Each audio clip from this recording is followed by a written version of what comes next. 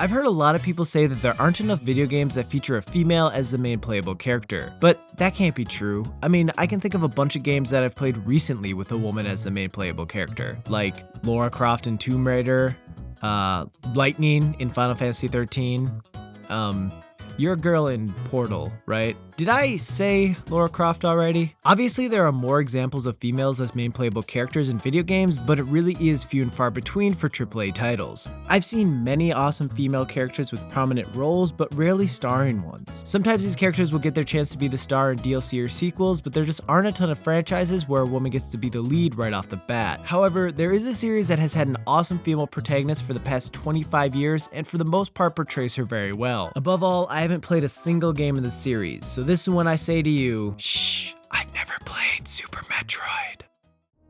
For the longest time, Samus Aran was just another Smash Bros. Character to me. I knew that she must come from a different series because that's kind of the point of Smash Bros., but I didn't really think about it that much. As I got older and learned about the Metroid series, it never really appealed to me. I heard that you fight space pirates and I expected this when it really turned out to be this, which was deeply disappointing to me. In my head, it was a Nintendo franchise that was lesser than what I considered to be the premier franchises, i.e. Zelda and Mario. But recently I've noticed that a fair amount of Metroid games are considered to be as good if not better than games from those series. The two that get the most praise are Metroid Prime for the GameCube and Super Metroid for the SNES. I figured that it's about time for me to see what all the fuss is about and play the game that really launched Metroid into the mainstream. So let's see what Super Metroid has to offer. After a quick recap of the past two games, Super Metroid begins with the space pirate Ridley stealing the Metroid embryo that Samus recovered in her previous adventure. She pursues Ridley to the planet ZEBES in hopes of recovering the stolen Metroid. This is where the adventure begins. The core aspect and driving feature of Super Metroid is exploration. There are 6 main areas, and while each segment is unique, the planet as a whole manages to have a very cohesive feel. The higher levels have a lot of vegetation and life, but as you move deeper into the planet's core, the green starts to fade away and is replaced with molten rocks and lava. These subtle yet substantial changes in environment sets a tone for each individual area along with the planet as a whole. The music helps add to this tone even more. Its purpose isn't to stand out, but rather to blend in. It's the type of soundtrack that you sometimes forget is playing, but at the same time would notice its absence if it actually stopped. Between the music, the art design, and the sheer amount of secrets to be found, it's very easy to get pulled into the experience that Super Metroid offers. When you first come into a new area, you unlock parts of the map by moving from screen to screen. However, pretty early on in each section, there is a machine that fills in the map data for that area. While it fills in the key places that you will want to explore, some rooms are still left off the map, which makes you question if there is something hidden in every room you enter. It's a good balance between leading you in the right direction while not giving away every secret. The best part of exploring in Super Metroid is pretty much everything you find actually helps you. Whether it's missiles or energy tanks, it all improves Samus permanently. I've played a lot of games where exploring rewards you with something inconsequential, but in Super Metroid, every secret you collect feels important, which is awesome. A common complaint that I've heard about the Metroid series is how much backtracking there is. I can understand how it would bother some people, but it didn't bother me. As you move through ZEBES, you start to notice doors and other obstacles that you can't get past. Over time, you obtain the necessary power-ups and weaponry that allow you through these roadblocks. To me, there is something cool about seeing areas that I couldn't access until later. With that said, if you play the game in multiple sit-ins, it's easy to forget where these doors were or that they even existed, which can waste some time. But the biggest reason that I had to go through areas more than once was because I would forget to save often enough and then die, making me lose a lot of progress. There are only a handful of save points, and in my desire to explore new areas, along with being used to living in the era of autosave where you can barely take 3 steps before seeing the save icon in the bottom corner of your screen letting you know that's okay to die, I kept on forgetting to save. Super Metroid is pretty generous with letting you experiment on new terrain and enemies, but there are a few long stretches without save points, and unless you backtrack to an earlier one, there is a risk of losing a lot of progress. The easiest solution to this problem is just to not die, but that was not an option for me. The only part of the game where I was a little annoyed with backtracking was right after beating Ridley for the second time. You have to make your way from his lair all the way to the first area, which is a long way. However, once I actually started heading back, I saw the beauty in being forced to back travel. By this point in the game, Samus has powered up quite a bit, making the way back a breeze. Going through rooms that I once struggled to get through were easy due to Samus's awesome power. There is something really neat about seeing this growth. Backtracking is a good way of showing the player how far they've come. I'm glad this level of it isn't in all games, but I think it works well here.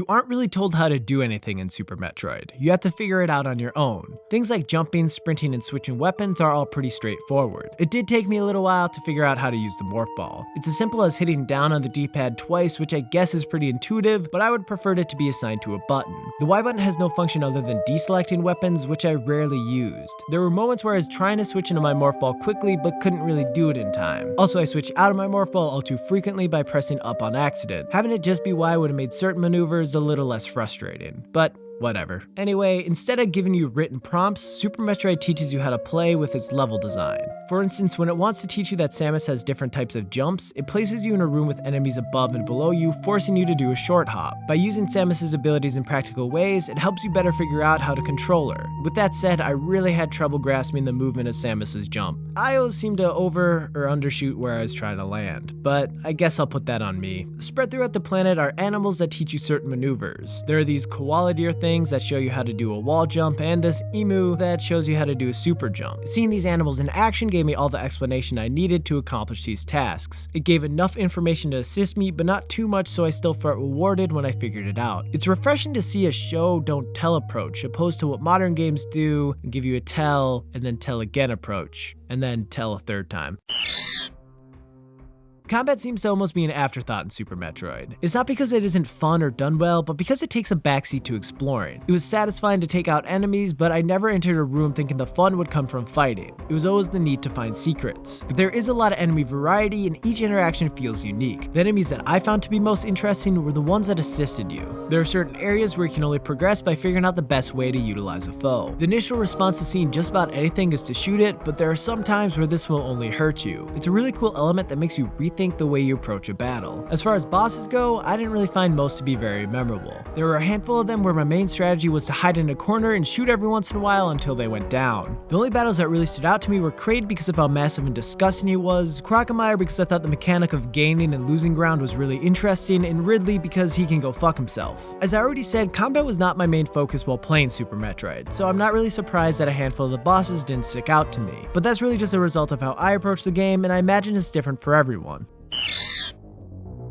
Aside from the summary at the beginning of the game, Super Metroid is very light on plot. The story is mainly told through the gameplay, but despite this bare-bones approach, there are still a few very impactful moments. The biggest being as you head to the final area and are attacked by the Metroid that Samus saved in the previous games. It grabs Samus and drains her health to the brink, but then realizes who she is. The Metroid backs away in horror for hurting the figure that it once saw as its mother. Then it follows Samus like a lost puppy. At this point, I was still a little afraid of the Metroid, so I shot it and then it flew away. The other big moment is in the final battle. The Metroid comes to Samus's aid and attacks Mother Brain. It drains a bunch of energy from her and gives it to Samus. Then it goes in for a final hit on Mother Brain, but is killed. Even though I hadn't really cared about the Metroid as a character throughout my playthrough, these two moments gave me all the motivation I needed to avenge its death. I also really just wanted any excuse to use the rainbow gun that I got from the Metroid, so it's like, it was the least I could do. Once the battle is over, there is no time to celebrate because the planet begins to self-destruct. Apparently at this point of the game, there is a room you can go to where the animals that taught you stuff are, and you can blow up a wall to save them. But I didn't know about this room until after I played, so... The most interesting thing to me is when you escape ZEBES, you get a message saying that the operation was a success. I guess Samus was successful in not letting Mother Brain use the Metroid to attack humans, but her actions led to the Metroid dying and an entire planet being destroyed. I understand that there were a lot of space pirates living on this planet, but I imagine there were also a lot of innocent life forms living there too. When viewing it like this, it hardly seems like a success and makes for a pretty dark ending. Super Metroid gets a lot of praise, and frankly, it really does deserve it. There were times where I got really frustrated with it, but there were also times where I thought it might be the best SNES game I've ever played. I don't know. I really don't have much else to say, just play it. I mean, you probably have, but in case you haven't, you should go do that. I'm looking forward to exploring the series further and seeing what the 3D titles have to add. But as for now, I'm just really happy that I've finally experienced Super Metroid.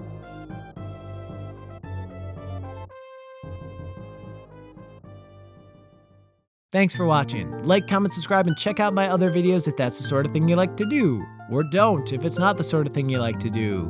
Because I can't make you do anything. Thanks!